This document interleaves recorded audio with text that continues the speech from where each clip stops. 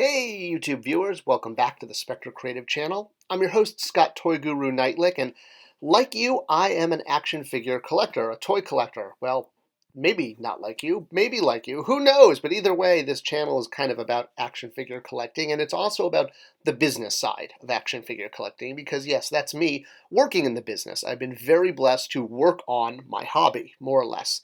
And a lot of the videos that I've made on this channel have really focused on how toys are made, looking at the concepts, how they go from, well, inside someone's brain all the way to store shelf.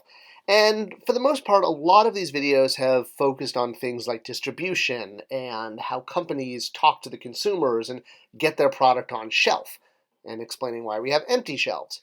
I haven't really gone over the whole how the sausage is made, like start to finish. And I've had a lot of requests for that, so I thought I would show off my prototype, pull the sheet over it, and really dive into the step-by-step process of concept to shelf. And of course, it's all going to start with finance, because everything is a business, whether it's homegrown or it's a giant multi-billion-dollar Fortune 500 company owned by stockholders. So whether or not you have equity from stockholders or your own money, you have toys to make and brands to sell. And when you're deciding what brands to sell, if you're a smart toy company, you have a diversified portfolio, meaning you have different product that appeal to different segments of the toy buying public, which includes collectors. And this could mean you're doing dolls for, shall we say, girls who like hair play and fashion play, and you have fast cars that appeal to boys who like fast cars. And you don't have too many brands that are too similar and kind of overlap with the same themes and same type of characters. So once you've decided how many brands you are going to have, now you have to decide how much product you actually have to make for each brand. And to do that, you're going to want to look at retail and say, how much retail space do I want? Most retail space is divided up into planograms, meaning a certain footage, 1 foot, 2 foot, 3 foot, 12 feet of space dedicated to a specific brand. We're looking about at 6 feet of Star Wars right there. Now, to fill this space, you're going to want to have SKUs. What's a SKU? A SKU is a stock with a K, keeping unit. It's that little barcode you see. So something like Marvel Legends here, you're looking at an assortment with 7 SKUs in it, right? Because there's 7 different characters. Each character is a SKU. Altogether, they make up an assortment. And when you're creating an assortment, the biggest thing toy companies actually have to think about is the product width and depth, meaning how does it fit on shelf? Because a planogram shelf, is basically like an empty bookshelf. You're filling it with product, but the shelf is already there. So you have to design it based on the space of the shelf to make it look aesthetically pleasing to customers. And for most toy lines, they're designed in a strategy to have less expensive items at the top, called an impulse buy, all the way down to your under the Christmas tree present on the bottom. You'll notice this is the same across almost every brand that skews sort of waterfall this way as far as price points. And from a financial standpoint, you're going to need to look at what does it cost to make it and how much can I sell it for. Now, there is some guesswork, but you're going to look at, is the toy line attached to a major movie? Is the toy line a sequel to a toy line from the previous year that you can look at how it did? And based on the sales expectation that it's going to make, you're assigned SKUs, a small amount or a large amount. And the more revenue a brand is expected to make, the more SKUs it sells, well, the more SKUs it's going to be assigned. So you can't just make unlimited product. Let's say you're in charge of, a Batman line. You're not just going to make all the Batman toys you've ever wanted. You're going to have a very specific number you're allowed to make based on the expected revenue the brand is going to bring in. So looking at something I worked on, Masters of the Universe Classics at Mattel, we would look at one previous year and say, how did we do? And then either add or subtract the number of SKUs based on expected growth. And this is all done with analyzing finances and how well sell-through is. So with that in mind and understanding how many SKUs you're going to get, now you can move on to Brainstorm. And this could involve an offsite. It can involve getting together in a room with a giant chalkboard. And honestly, at the end of the day, the chalkboard usually winds up looking like this, where tons of ideas are thrown out and you look at everything and say, oh, these are all the ways I could make this brand into a toy.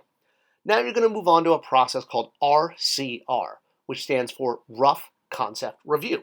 So from the brainstorm, you've worked several weeks with your team, and you've come up with a whole bunch of concepts for toys. And they're always usually in rough pencil sketch at this point. I mean, you might have blueprints, but nothing beyond that. You're also going to work with the packaging team to say, what does the package look like? What type of materials is the package made of? And how will the toy nest inside of a master carton? How many can you fit? On top of this, you've got to add in all the financial projections. Again, how many do you expect to sell and how much does it cost? And you'll either get a go-ahead or go back to the drawing board. You're off scale. So if you got approval in RCR, you'll move on to CR, which stands for Concept Review. So at this point, several weeks, if not months, have passed since RCR. You've worked with the team, and now you've taken your rough concepts, your pencil sketches, and actually worked out the logistics of how the toy works, both from a mechanical standpoint, a production standpoint, and, well, a play value. And it might go through several different concepts between RCR and CR.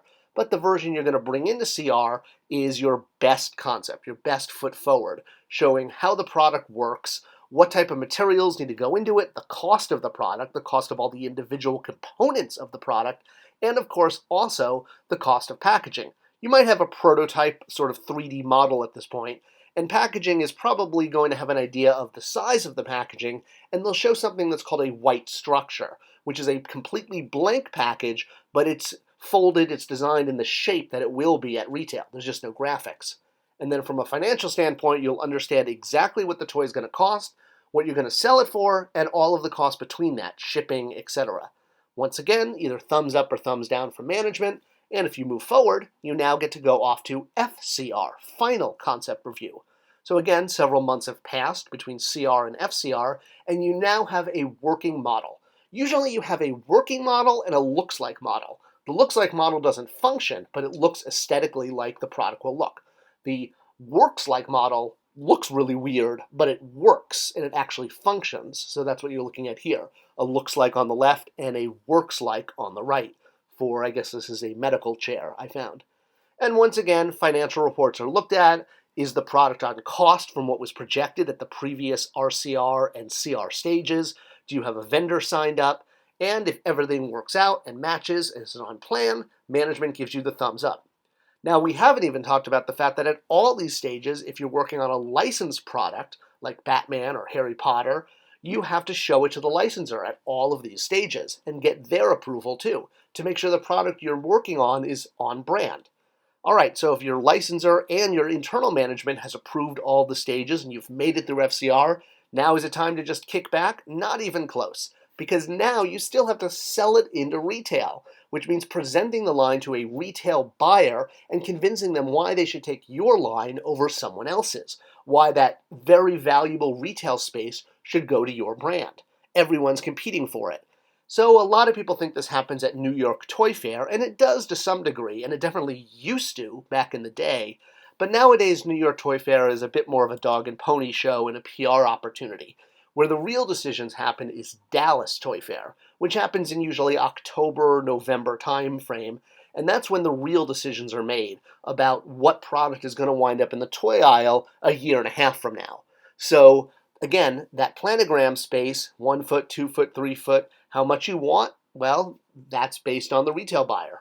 And with a little luck, if you have a great concept, it's backed by what should be a hit movie, and retailers are excited about what they see, then you'll be set up for success for year 2 as the content continues. It's kind of like strapping a rocket to your back. You sort of hope the content is going to work, you hope the public is going to like the brand, and you hope your product accurately reflects the content it's tied to. Or if it's not tied to a content, well, either way, you hope that the people who have been designing it the whole way can think like the consumers. And hopefully, you're creating the next big thing, a product line that's going to change pop culture and become a huge influence on so many people and get used in so many ways to bring happiness and joy to everyone.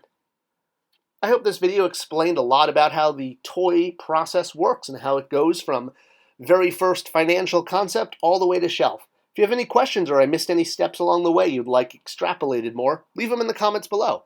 Thanks for watching, sharing this video, subscribing, and see you in the next video.